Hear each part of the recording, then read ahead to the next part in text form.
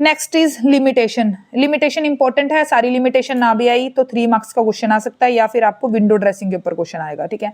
First of all personal judgement, definitely भाई जो आपका ये काउंटिंग होता है ये क्या होता है, एक्यूरेसी वगैरह, डेप्रिसिएशन वगैरह जो आप लगाते हो, डेप्रिसिएशन मैंने वीडियो में बताया आपको कंसिस्टेंसी वाले टॉपिक में। डेप्रिसिएशन क्या होता है, जब आप किसी पे डेप्रिसिएशन लगाते हो, जैसे स्कूटर लिया है, आज जो उसकी वैल्यू है 10 साल बाद वो नहीं रहेगी, 2 साल बाद ही नहीं रहेगी, इनफैक्ट जब आप उसको शोरूम से निकलवाओगे तभी उसकी वैल्यू डाउन हो जाएगी, ठीक है। तो ये क्या होता है, डेप्रिसिएशन होता है। तो आप कितने % लगा रहे हो, ठीक है, स्टॉक का वैल्यूएशन किस ढंग से कर रहे हो, डाउटफुल डेट्स पे प्रोविजन क्या बना रहे हो, ये सब आप डिसाइड करते हो। तो ये किस पे डिपेंड करता है, पर्सनल जजमेंट पे डिपेंड करता है। 3 बातें बता देना, depreciation, stock and stock valuation हो गया, एंड डाउटफुल डेट्स हो गया, प्रोविजन हो गया आपका, ठीक है।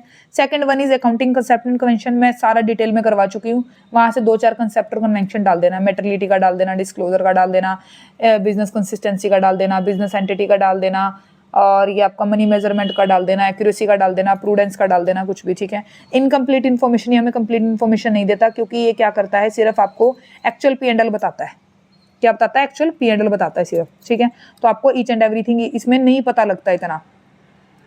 देन ओमिशन क्वालिटेटिव, हाँ ये मैंने आपको बताया था कि ये क्या करता है, सिर्फ जो टर्म आप मनी में मेजर कर सकते हो उसी को रिकॉर्ड करता है ये, ठीक है, उसको नहीं लेता ये जो क्वालिटेटिव आइटम होता है। फॉर एग्जांपल आपने सेल की, सेल रिकॉर्ड करेगा, लॉकआउट हुए, जब आपके लॉकआउट हुए या स्ट्राइक हुई, नुकसान तो आपको हुआ, ठीक है, बट वो आप मेजर नहीं कर सकते, उसके लिए उसको शो नहीं करोगे। हिस्टोरिकल कॉस्ट, ये मैंने आपको कंसेप्ट में बताया, कॉस्ट ऑफ हिस्टोरिकल कॉस्ट में वो देख लेना, उसमें क्या रखा है कि हम पिछले वैल्यू पे लेते रहते हैं, चाहे आज वो मशीनरी, कोई आपने मशीनरी ली 5 साल बाद, चाहे वो आपके लिए बेकार होगी है, ठीक है, यूजफुल नहीं है, बट आप उसको नहीं वो करोगे, उसको उसी वैल्यू पे दिखाते रहोगे हिस्टोरिकल कॉस्ट पे, मे बी उसकी वैल्यू बढ़ गई, मे बी जीरो होगी, बट आप उसको उसी पे दिखाओगे, तो हिस्टोरिकल कॉस्ट पे चलता है। Window dressing, very very very important question, ये आपको 1 मार्क्स से 3 मार्क्स में आ जाता है। विंडो ड्रेसिंग क्या होती है, विंडो ड्रेसिंग क्या होती है, जैसे विंडो शॉपिंग होती है। विंडो शॉपिंग क्या होती है, आप शोरूम के बाहर से निकले और बाहर से आपने सब कुछ देख लिया, अच्छा है तो आप अंदर गए, वरना नहीं, ठीक है।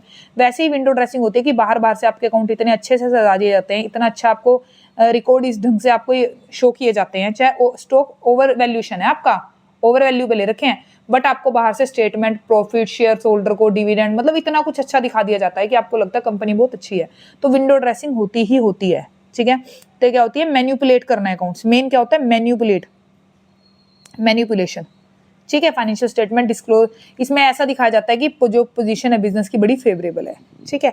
फोरकास्टिंग, भाई अब जब सब कुछ पर्सनल जजमेंट पे डिपेंड है तो हम ये कह सकते हैं कि अकाउंटिंग में फोरकास्टिंग प्रॉपर नहीं होती, होती है बट प्रॉपर नहीं होती। कुछ जो आप पॉलिसीज बनाते हो, अडॉप्ट करते हो, पोजीशन देखते हो, इतनी प्रॉपर आप वो नहीं कर पाते, ठीक है। Thank you.